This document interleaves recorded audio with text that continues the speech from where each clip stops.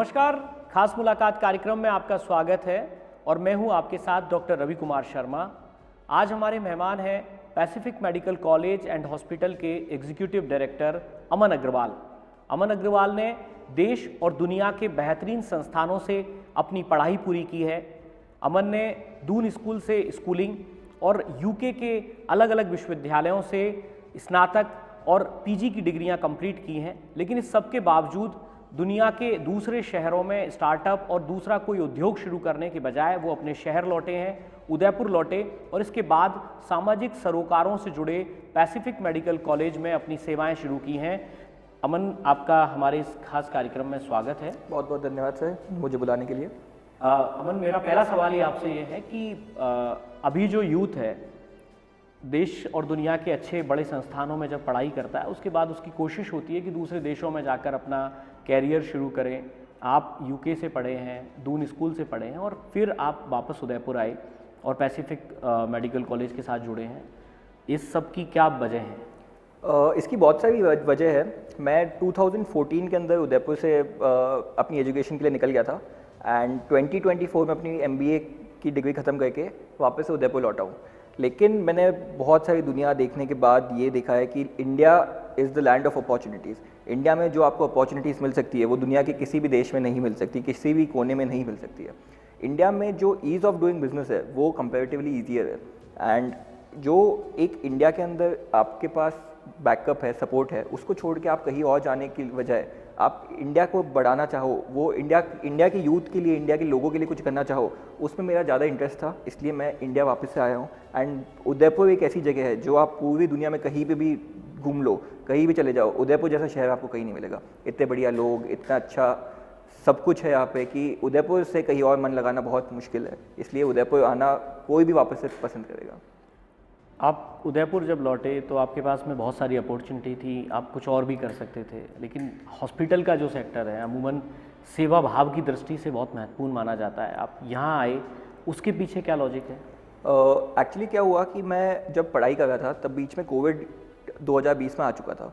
तो जब मैं यूके जाता था तब वहाँ पे कोविड की वजह से मुझे पापा ने 2020 में लॉकडाउन लगने से जस्ट 15 दिन पहले वापस से इंडिया बुला लिया।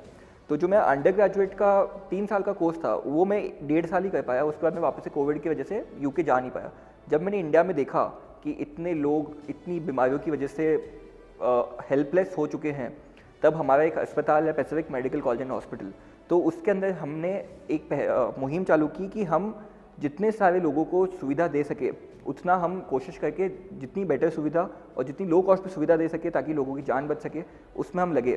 तो उधर से एक मूविंग पॉइंट था कि हाँ मुझे इन सब चीज़ों के अंदर घुसना है, क्योंकि उस समय मैं इन सब 2020 के अंदर एक तरह से मैं टेक्निकली इस फील्ड में घुस चुका था एंड लोगों की मदद करने का भी मौका, सेवा मिला, तो इसलिए हेल्थ केयर में हम घुसे। आपने सीखने की बात कही है और कहते हैं कि सीखने की जो पहली पाठशाला होती है वो अपना घर होता है, अपना परिवार होता है, माता पिता होते हैं। आपके पिताजी राहुल जी अग्रवाल और आपकी माता श्री प्रीति अग्रवाल जो हैं वो उदयपुर में और इसके अलावा भी कई सारे ऐसे सामाजिक सरोकार से जुड़े जो संस्थाएं हैं उनसे जुड़े हुए हैं। लगातार कुछ ना कुछ सामाजिक हितों के कार्य वो करते रहते हैं। तो आपने भले ही दून स्कूल से स्कूलिंग करी, यूके से आपने पढ़ाई करी, लेकिन ये जो पहली पाठशाला थी ये कितनी महत्वपूर्ण साबित हुई आपके लिए, आपकी ज़िंदगी में?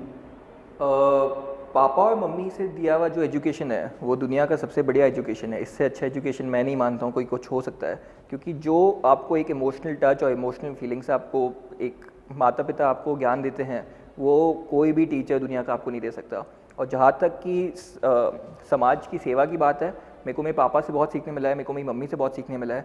जब मैं छोटा था तब पापा एक अनाथालय के अंदर बहुत उन्होंने योगदान दिया था। ये सब चीज़ों से ऐसे बहुत सारे, अभी एक और अभियान चालू किया फेंको मत हमें दो, तो जिसमें बहुत सारे इंडिया के अंदर हॉस्पिटल्स के बाहर, नर्सिंग होम्स के बाहर पालना लगा है। तो ऐसी छोटी छोटी चीज़ें, बहुत सारी चीज़ें, मतलब बहुत सारी चीज़ें तो मुझे बताते भी नहीं है कि ये हमने की, क्योंकि उनका एक है कि नेकी करो और दरिया में डाल, वो उनका ये है कि अच्छा काम करो और जाने दो, किसी को उसको कोई वो नहीं करना। तो उनसे बहुत सीखने मिला है, मतलब इतनी सारी चीज़ें सीखने मिली है। जैसे हॉस्पिटल में भी हम पैसिफिक हॉस्पिटल के अंदर कोई भी मरीज़ अगर यहाँ पे आता है और बोलता है हमारे पास पैसे नहीं है इलाज करने के लिए, तो मेरे को क्लियर कट इंस्ट्रक्शन थे कि पापा ने कि यहाँ से कोई भी पेशेंट बिना सहायता के नहीं जाना चाहिए। उनकी पूरी सहायता पैसिफिक करता है, इंक्लूडिंग दवाइयाँ वगैरह सब कुछ। बहुत सारे ऐसे केसेस है, जैसे डिलीवरी का हमने किया अभी चालू कि कोई भी माँ है जो प्रेगनेंसी के उसमें है, उनका हम 100% फ्री ऑफ कॉस्ट इलाज करते हैं। मतलब प्रेगनेंसी से लेके जब बच्चा होता है तब तक 100% ऑफ इलाज पैसिफिक हॉस्पिटल द्वारा निःशुल्क हुआ जाता है। ऐसे बहुत सारी योजनाएं पापा ने चलाई है, तो उनका साथ देने में और उनके साथ काम करने में Pacific Medical College and hospital में मुझे बहुत अच्छा लगता है। एंड एक सेल्फ ऑफ मतलब फुलफिलमेंट का एक अनुभव होता है कि कुछ अच्छा कर रहे हो आप, कुछ समाज के लिए दे सकते हो आप। अमन, मेरा सवाल भी इसी से जुड़ा हुआ था कि अमूमन जितने भी हेल्थ केयर से रिलेटेड जो इंस्टीट्यूशंस हैं, सेवा के अलावा उनका भाव जो है व्यवसाय भी रहता है कि उससे कुछ कमाया जाए। और आप जैसा बता रहे हैं, तो आप लोगों का क्या भाव रहता है, किस तरीके से आप जो है यहाँ पर जो मरीज आते हैं उनको ट्रीट करते हैं? अगर कोई गरीब है तो सरकारी बहुत सारी सुविधाएं जो हैं वो जो दी जा रही हैं, उन सबको लेकर आपका क्या नज़रिया रहता है? हेल्थ केयर के माध्यम में सरकार ने बहुत अच्छा काम किया है, बहुत सारी योजनाएं चलाई है, जैसे मुख्यमंत्री योजना, आयुष्मान योजना, बहुत सारी योजनाएं। उससे बहुत सारे मरीजों को बहुत सारी चीज़ें निःशुल्क मिल जाती है। लेकिन जैसे थोड़ी चीज़ें जिसके अंदर जैसे डिलीवरी है, वो योजना के अंतर्गत नहीं आती है प्राइवेट अस्पतालों के अंदर, तो हम उनको कोशिश करके सरकारी अस्पताल जैसा एक कॉस्टिंग एंड प्राइवेट हॉस्पिटल जैसी सुविधा, दोनों का मिक्सचर हम इस अस्पताल में देने की कोशिश करते हैं, ताकि जो एक समाज को गिव बैक करने का काम है, मतलब समाज ने हमारे लिए बहुत कुछ किया है, आप लोगों को जो वापस से देना चाहते हो, तो उनके लिए कुछ आपको करना, जो सिखाया है मुझे पूरी ज़िंदगी, तो आपको लोगों की हेल्प करनी पड़ेगी। आप लोगों को हेल्प करना चाहिए, उससे अच्छा भी लगता है बहुत। एंड लोगों जब एक आप किसी की मदद करते हो एंड जब वो आपको थैंक यू बोल के जाते हैं, जब आपको एकदम आशीर्वाद दे के जाते हैं, तो उसका एक सेंस ऑफ फुलफिलमेंट अलग ही है, वो खुशी जीवन की एक अलग ही है। तो इसलिए हम बहुत सारी योजना चलाते हैं, बहुत सारी अनडिस्क्लोज्ड योजनाएं भी है और बहुत सारे हम उसको प्रचार भी करते हैं, जिससे ताकि लोग, प्रचार इसलिए करते हैं ताकि लोग उसको योजना का आगे फ़ायदा उठा सके। तो एक है कि हाँ, एक आपको काम टूवर्ड सोसाइटी करना चाहिए। अमूमन ये देखा जाता है कि जब बंदा किसी हॉस्पिटल में आ रहा है, तो चाहे वो गरीब है, अमीर है, जैसा भी है, लेकिन हमेशा वो ये कहता है कि इलाज बेहतरीन होना चाहिए। हम बाकी चीज़ों में बार्गेनिंग करते हैं, लेकिन इलाज के मामले में हम सबसे श्रेष्ठ चीज़ को चुनते हैं। तो जब आपके यहाँ पे कोई पहुँचता है, तो क्या किस तरीके से आप उनको गिव बैक करते हैं कि भले ही सस्ता दे रहे हैं, लेकिन बेस्ट कैसे दे पाते हैं? So Pacific Medical College and Hospital, आप अगर नाम ध्यान से देखेंगे तो एक कॉलेज भी है। तो यहाँ पे बहुत सारे बच्चे पूरे इंडिया से पढ़ने आते हैं।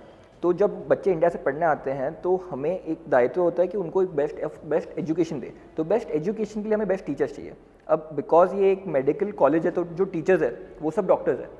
तो हम इंडिया के one of the best doctors, मतलब उदयपुर के अंदर आप कहीं पे भी पता करेंगे, बहुत सारे डॉक्टर्स हैं, जैसे डॉक्टर हनुमंत सिंह है, डॉक्टर अतलाब वाजपेयी है, डॉक्टर मनोज महाजन है। ये अपनी फील्ड में बेस्ट है यहाँ पे, ये यहाँ पे अपनी सेवाएं देते हैं। यही लोग हैं जो बच्चों को भी पढ़ाते हैं। तो जब बच्चों को पढ़ाते हैं, तब पेशेंट को इलाज करने वाले भी यही लोग हैं। इनका प्रोटोकॉल बहुत इंपॉर्टेंट है। ये एकदम प्रोटोकॉल से चलते हैं कि इनको पर्टिकुलर टाइप की दवाइयाँ, पर्टिकुलर टाइप के जो भी टेस्ट है, ये सब होने चाहिए। तो इन्होंने अपना पूरा एक line of action, line of treatment बना रखा है। आप हमारे हॉस्पिटल में आके विजिट करेंगे तो आपको सारे जितने भी ऑपरेशन थिएटर है वो सब मॉड्यूलर मिलेंगे। एक ये नेशनल मेडिकल कमीशन है, उनके नॉर्म्स में भी आते हैं ये सब कुछ। तो नॉर्म्स भी फुलफिल होते हैं, बच्चों को एक उच्च स्तरीय शिक्षा भी मिलती है, और पेशेंटों को भी एक बहुत अच्छा एनवायरनमेंट मिलता है जहाँ पे उनका इलाज बहुत अच्छे से होता है और बहुत लो कॉस्ट पे होता है। क्योंकि हम एक मेडिकल कॉलेज है, हमारा मेन जो पढ़ाने का काम है बच्चों को, तो पढ़ाई के साथ साथ एक शिक्षा के साथ साथ एक चिकित्सा का काम भी बहुत लो कॉस्ट पे बहुत अच्छा हम प्रोवाइड कर सकते हैं उसकी वजह से। ऐसी कौन कौन सी सुविधाएं जो हैं जो वर्ल्ड क्लास आपको साबित करती है, आपके हॉस्पिटल को साबित करती हैं? ऐसा क्या ऐसी कौन सी टेक्नोलॉजीज़ जो हैं जो आप यहाँ इस्तेमाल कर रहे हैं, और वो भी बहुत सस्ती दरों पर? मैं आपको दो डिपार्टमेंट का एग्जांपल दूंगा। एक हमारा डिपार्टमेंट ऑफ न्यूरोलॉजी है, वहाँ पे डॉक्टर अतलाब वाजपेयी जी है। वो एक सेंटर ऑफ एक्सीलेंस है। मतलब मैंने बहुत सारी जगह देखा है कि बॉम्बे, दिल्ली में जो लकवा का इलाज होता है, उसमें क्या दिमाग में एक स्टंट लगता है, ब्रेन में एक स्टंट लगता है, फ्लो डाइवर्टर बोलते हैं उसको, वो बहुत महंगे आते हैं। एंड उसके बाद हॉस्पिटल की कॉस्टिंग और डॉक्टर्स की कॉस्टिंग, और इसकी वजह से बहुत जो बिल बनता है पेशेंट का, कभी कभी 20-22 लाख 25 लाख का बनता है, वो पैसिफिक हॉस्पिटल के अंदर हम बहुत मतलब 10% 15% कॉस्टिंग पे हम उनको इलाज की सुविधा दे देते हैं, क्योंकि यहाँ पे जो टीचर्स है, डॉक्टर्स है, उनकी जो सैलरी हम कोशिश करते हैं कि जो एजुकेशन से निकल सके। तो बच्चों को जो भी मरीज़ आते हैं उनको हम बहुत उच्च स्तरीय सेवाएं दे सकते हैं। और अभी हमारे साथ ये हुआ है कि उल्टे लोग आने चालू हुए हैं, मतलब बॉम्बे दिल्ली से हमारे पास यहाँ पे आके लोग सुविधा लेना चाहते हैं, यहाँ पे आके इलाज करना चाहते हैं, क्योंकि उनका नाम इतना अच्छा है और सुविधा इतनी अच्छी है और कॉस्ट कम है। तो जो लोग थोड़ा अफोर्ड कम कर पाते हैं वो आके यहाँ पे इलाज कराने की सुविधा लेते हैं। दूसरा डिपार्टमेंट मैं आपको बताना चाहूँगा, ऑप्थल डिपार्टमेंट। ऑप्थेमोलॉजी ऐसा डिपार्टमेंट है, जैसे कैटरैक्ट है, कैटरैक्ट आज की डेट पे आप 50 साल से ऊपर किसी भी जेनेक से जाके देखेंगे तो उनकी मेजॉरिटी लोगों की कैटरैक्ट की समस्या होती है। हमने क्या किया कि एक आउटरीच प्रोग्राम चालू किया, जिसमें हम गाँव में जाते हैं, वहाँ पे जाके हम हमारे डॉक्टर साथ में जाते हैं, वहाँ पे कैंप करते हैं, वहाँ पे लोगों को आइडेंटिफाई करते हैं कि जैसे 100 लोग देखे तो उनमें से 30 लोगों को कैटरैक्ट है। उन 30 लोगों को हम बस में बिठा के हमारे अस्पताल लेके आते हैं। यहाँ पे उनका लाने से लेके वापस से जाने तक कैटरैक्ट का लेंस, उनका चश्मा, उनका इलाज, उनका खाना पीना, उनका रहना 100% फ्री ऑफ कॉस्ट है। मतलब उनको अंदर आने से लेके बाहर जाने तक 1 रुपये भी नहीं देना पड़ता। ऐसी ये योजना हमने चलाई है, जिससे और उसकी वजह से बहुत काम बढ़ा भी है यहाँ पे। मतलब यहाँ पे जो नॉर्म्स है उससे कम से कम 5 से 7 गुना ज़्यादा काम है। तो बल्क में काम है, मशीनें बहुत अच्छी है, स्टूडेंट्स बहुत है तो उसकी वजह से हेल्पिंग हैंड बहुत है और रिजल्ट्स हैं। मतलब आप गांव में जाके पता करेंगे तो मैं 100% श्योर हूँ कि कोई ना कोई आपको ऐसा मिल जाएगा। मतलब आप रैंडम 10 लोगों से बात करेंगे तो 2 लोग आपको ऐसे मिल जाएंगे जिन्होंने कैटरैक्ट पीएमसीएच से कराया होगा, और वो भी एकदम निःशुल्क। बिल्कुल अमन, कम रेट पर उच्च स्तरीय सुविधाएं आप जो कह रहे हैं, लेकिन इससे जुड़े और भी मेरे अभी सवाल आपसे बाकी है, लेकिन अभी वक्त हो चला है एक छोटे से ब्रेक का, जल्द लौटते हैं।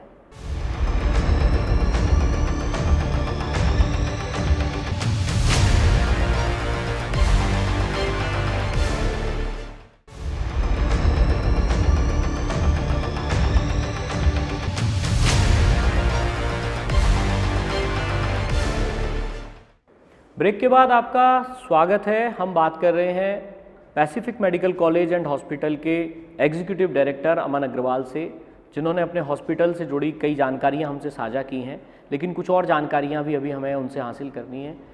अमन, आदिवासी इलाका है, साउथर्न पार्ट है राजस्थान का, लोगों में अवेयरनेस की बहुत कमी है। कई सारी ऐसी बीमारियां होती हैं जिनसे वो घिरे रहते हैं, लेकिन हॉस्पिटल्स तक और इस तरह के बड़े संस्थानों तक आने में उनको समय लग जाता है। तो इस टाइम को म्यूट आउट करने के लिए आप लोग क्या कोशिश कर रहे हैं, कैसे अपने अभियान चलाते हैं और उन लोगों तक पहुंच बनाते हैं? जैसे कि मैंने आपको बताया कि हम एक मेडिकल कैंप्स करते हैं, जो हम यहाँ से मैंने जब यहाँ पे ज्वाइन किया था वापस से 2023 में 2024 में, तब मैंने क्या किया, एक राजस्थान का मैप लिया। राजस्थान के मैप पे पैसिफिक जहाँ पे उसको डॉट बनाया और एक कंपास से 200 किलोमीटर का रेडियस का सर्कल बनाया। अब 200 किलोमीटर के रेडियस में जितने गाँव है, हमारा ये टारगेट है कि वहाँ पे जाके एक कैंप किया जाए। कैंप इसलिए करना बहुत इंपॉर्टेंट है क्योंकि आपने जैसा बोला, लोगों को अवेयरनेस ही नहीं है कि उनको कोई पर्टिकुलर बीमारी है। तो आदिवासी बेल्ट है, एकदम है, यहाँ पे आपको एकदम आपको उनको वहीं पे आके जाके बताना है। तो 2024 से लेके अभी तक पिछले 1.5 साल में हमने नहीं करते हुए महीने के 200 कैंप किए।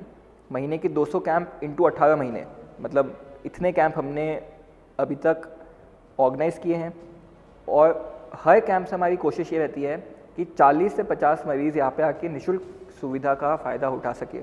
और वहीं पे हम आइडेंटिफाई करते हैं, हम वहीं पे उनको बोलते हैं कि आप अपना सामान साथ लेके आइएगा, ताकि अगर आपको बीमारी का इलाज कराना है तो हम आपको साथ में लेके चलेंगे। ऐसा नहीं है कि आपको छोड़ देंगे, आप आते रहना, हम आपको लेके चलेंगे, वापस से छोड़ेंगे आपका इलाज होने के बाद।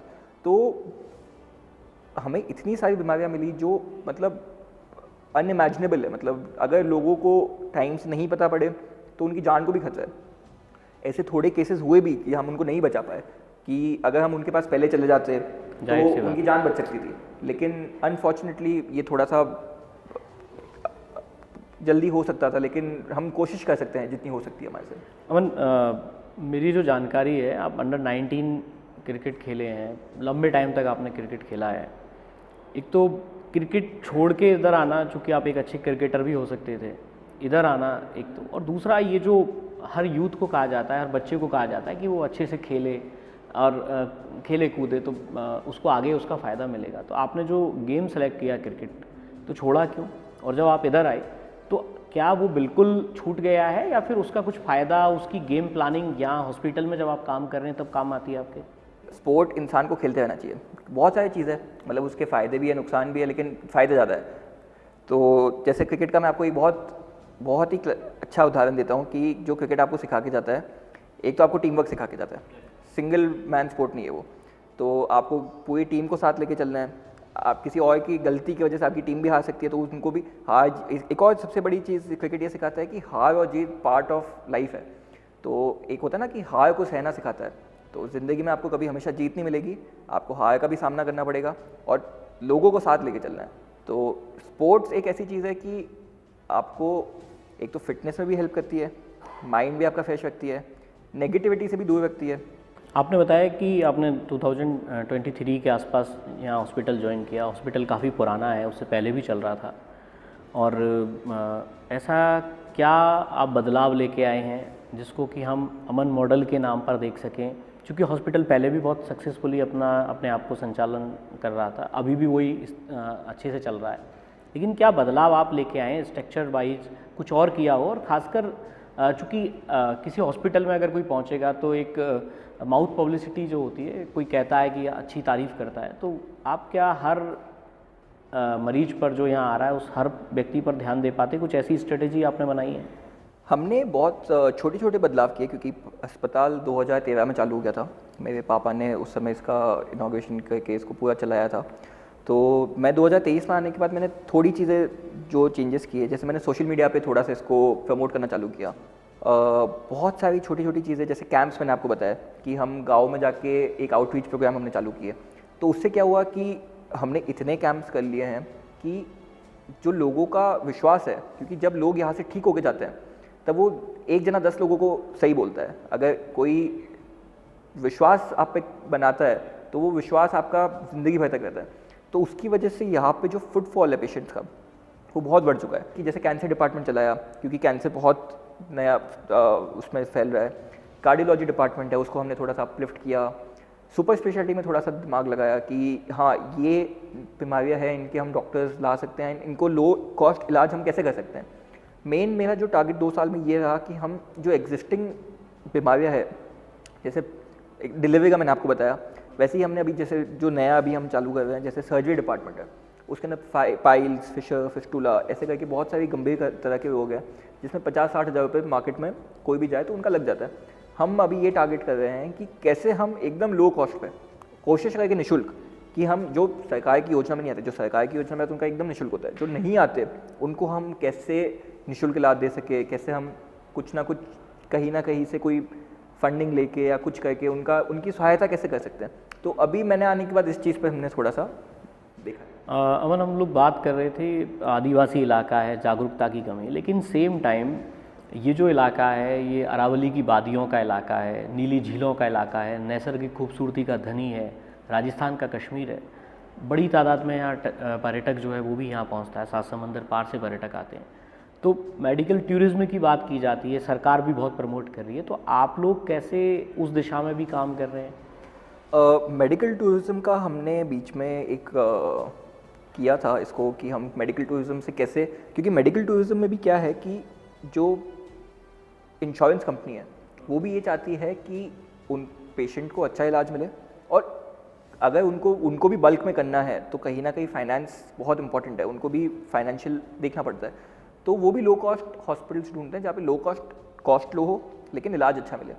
तो उदयपुर आइडेंटिफाई होता है, बिकॉज उदयपुर के अंदर कम से कम 5 मेडिकल कॉलेज है, जिसकी वजह से health care sector of Udaipur बहुत अच्छा हो चुका है। मतलब एक डेटा हमने पढ़ा था कि उदयपुर में पर पॉपुलेशन अगर आप देखो कि जितनी पॉपुलेशन के हिसाब से डॉक्टर्स को डिवाइड करोगे तो न्यूयॉर्क से भी ज़्यादा है। तो उदयपुर का जो हेल्थ इंफ्रास्ट्रक्चर है, उदयपुर में जितने डॉक्टर्स हैं वो बहुत बहुत बहुत ज़्यादा है और बहुत ज़्यादा अच्छे हैं, जिसकी वजह से उदयपुर में हेल्थ केयर बहुत किफ़ायती हो चुका है। लेकिन जो इंटरनेशनल मेडिकल टूरिज्म है उसमें एक सबसे बड़ी तकलीफ ये है कि उदयपुर के अंदर एक इंटरनेशनल डायरेक्ट फ्लाइट होनी चाहिए, या जहाँ पे भी डायरेक्ट फ्लाइट है वहाँ से 2 घंटे का डिस्टेंस पे होना चाहिए। तो अभी उदयपुर में इंटरनेशनल एयरपोर्ट की स्थापना हो चुकी है एंड उसका काम बहुत तेज़ी से चल रहा है। तो हम एकदम को होप करते हैं कि ये काम जल्दी से हो एंड उदयपुर में एक बहुत बड़ा मेडिकल टूरिज्म का हब बन सकता है। और इसमें इतना ज़्यादा स्कोप है कि मतलब हम मेडिकल फैटर्निटी इसको पूरा बदल सकती है। मतलब एक मेडिकल टूरिज्म के नाम से उदयपुर पूरे इंडिया के मैप पे फेमस हो सकता है इस चीज़। मेडिकल के अलावा चूँकि आपने बताया कि MBBS करते हैं बच्चे, PG कर रहे हैं, कई सारी सुपर स्पेशलिटीज़ की पढ़ाई यहाँ पर कर रहे हैं, उसके अलावा भी जो अल्टरनेटिव जो थेरेपीज़ हैं जो और जो दूसरी विधाएं हैं उनको लेकर भी आप यहाँ काम कर रहे हैं, और खासकर नर्सिंग स्टाफ को लेकर आप लोगों की क्या कोशिश होती है? चूँकि डॉक्टर्स तो अच्छे हों लेकिन नर्सिंग स्टाफ भी उतना ही सपोर्टिव और केयर करने वाला होना चाहिए। मैं आपको एक चीज़ बताना चाहूँगा इसमें, जैसे एक गाड़ी होती है, गाड़ी के अंदर जब तक 4 पहिए साथ में नहीं चलेंगे तब तक गाड़ी नहीं चलेगी। उसमें गाड़ी के अंदर बहुत सारी चीज़ें होती है, जैसे स्टीयरिंग भी होना चाहिए, ब्रेक भी होना चाहिए, सस्पेंशन भी होनी चाहिए। जब तक सब चीज़ें ये चीज़ आपकी क्रिकेट से भी जुड़ी हुई है एकदम, जब तक सब चीज़ें एक साथ एक मतलब काम नहीं करेगी तब तक ना तो डॉक्टर अकेले कुछ कर सकता है, ना नर्सिंग स्टाफ अकेले कुछ कर सकता है। नर्सिंग स्टाफ और डॉक्टर मिल जाए तो पैरामेडिकल स्टाफ चाहिए उनको, जो उनके मशीनें, OT के इक्विपमेंट्स और ये सब क्लीन करेगा। आपको सिक्योरिटी चाहिए, आपको रिसेप्शन का स्टाफ चाहिए, आपको क्लीनिंग स्टाफ चाहिए, वार्ड बॉय वार्ड लेडी चाहिए जो पेशेंट को ट्रांसपोर्ट करेंगे इधर से उधर, वार्ड से ICU में लेके जाना या एक्सरे पे लेके जाना। तो सिर्फ डॉक्टर कभी कुछ नहीं कर सकता, डॉक्टर के साथ उनका पूरा एक सपोर्ट सिस्टम है। तो उसके लिए आपके पास नर्सिंग है, पैरामेडिकल है, फिजियोथेरेपी है, ऑक्यूपेशनल थेरेपी है, ये सारे अलग अलग कोर्सेज है। तो हमारे Pacific Medical College and hospital में हमने MBBS के अलावा ये सब कोर्सेज चालू कर रखे हैं। इंडिया के अंदर डॉक्टर की पढ़ाई कंपैरेटिवली दूसरी पढ़ाई से थोड़ी सी ज़्यादा महंगी है, लेकिन अभी हमने जैसे बहुत एक डेटा निकाला था, पैरामेडिकल एक ऐसा कोर्स है जिसके अंदर फीस आपकी 1.5 लाख के अंदर होती है, और जैसे ही पैरामेडिकल का आप डिग्री कंप्लीट करके निकलते हो, पहले दिन से आपकी साल की आपकी इनकम 2.5 से 3 लाख रुपए मिनिमम हो जाती है। मतलब आप पूरे कोर्स के 1.5 लाख रुपए दे रहे हैं। स्टार्टिंग सैलरी की बात करूँ, जब बढ़ते बढ़ते आगे हमारे यहाँ पे अप्रॉक्सीमेटली 15 लाख से 18 लाख तक के स्टाफ सालाना पे काम कर रहे हैं, कि इतना ज़्यादा स्कोप है। अभी लोगों में जागरूकता कम है, डॉक्टर्स बहुत स्पीड से बनते जा रहे हैं, लेकिन उसके साथ साथ आपको नर्सिंग स्टाफ, पैरामेडिकल स्टाफ, क्योंकि डॉक्टर आपका कभी ब्लड टेस्ट नहीं लेगा, ब्लड टेस्ट हमेशा पैरामेडिकल का ही स्टाफ लेगा या नर्सिंग स्टाफ लेगा। नर्सिंग स्टाफ ब्लड टेस्ट लेगा तो वो मशीन चलाने वाला पैरामेडिकल स्टाफ ही है। तो जब तक आपको ब्लड रिपोर्ट्स नहीं मिलेगी तब तक डॉक्टर इलाज किसका करेगा? तो बहुत सारी फील्ड्स हैं, आपस में इंटरलिंक्ड है और सबको एक साथ बढ़ने की ज़रूरत है। और एक सवाल और है मेरा, भारत यूथ की वजह से बड़ी ताकत बनकर उभर रहा है दुनिया में। ये यूथ जो है वो ताकत भी है, और अगर यूथ थोड़ा सा दिग्भ्रमित होता है, दिशा भ्रमित होता है, तो वो कमजोरी भी बन जाता है। आपने इतना पढ़ाई करके देश दुनिया घूम के और फिर आप यहाँ आदिवासी इलाके के इस हॉस्पिटल में आए, इस काम को संभाला है, क्या मैसेज जो है वो आप देना चाहेंगे इस यूथ के लिए जो अपनी ताकत को समझे और कमजोरी को छोड़े? इंसान का एक मन है, उसको कंट्रोल करना बहुत ज़रूरी है, क्योंकि आपके फ्रेंड सर्कल में बहुत सारे लोग ऐसे भी होंगे जो गलत कामों में इन्वॉल्व होंगे।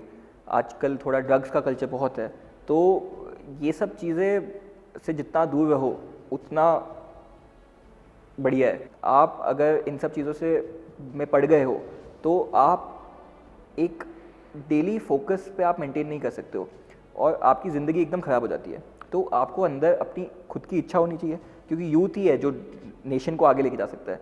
अगर यूथ आपका ख़राब है तो नेशन को डाउनफॉल में बहुत टाइम नहीं लगेगा, और यूथ अगर आपका स्ट्रॉन्ग है तो नेशन आपका इंडिया एकदम ऊंचाइयाँ कभी भी छू सकता है। इंडिया का यूथ बहुत अच्छा है। मैं दुनिया के अंदर बहुत सारी जगह पढ़ाई की है मैंने, कंपैरेटिवली इंडिया के अंदर जो ये मैं असामाजिक तत्वों की बात कर रहा हूँ बहुत कम है, लेकिन कहीं ना कहीं है।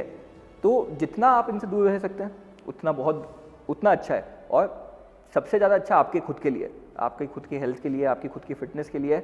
बाकी सब तो ठीक है, सब अगर आप स्वस्थ हो तो आप चल सकते हो, फिर सकते हो, काम कर सकते हो। क्योंकि सबसे इम्पॉर्टेंट आज के दिन पे मैं हॉस्पिटल में रहकर ये बोलता हूँ, आपका स्वास्थ्य सबसे इम्पॉर्टेंट है। तो खेलो कूदो, एक्सरसाइज करो, असामाजिक तत्वों से दूर रहो और अच्छा काम करो।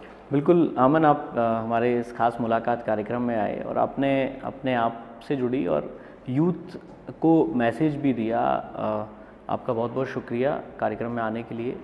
तो ये है Aman Agrawal, Pacific Medical College and Hospital के एग्जीक्यूटिव डायरेक्टर, जिन्होंने यूथ को भी कई सारे मैसेजेस दिए हैं। और सबसे बड़ी बात, अगर देश को मजबूत होना है तो देश के युवा को मजबूत होना होगा और किसी भी तरह की बुरी लत छोड़नी होगी, ताकि वो किसी भी सेक्टर में काम करे वहाँ पर अपना नाम और देश का नाम रोशन कर सकता है।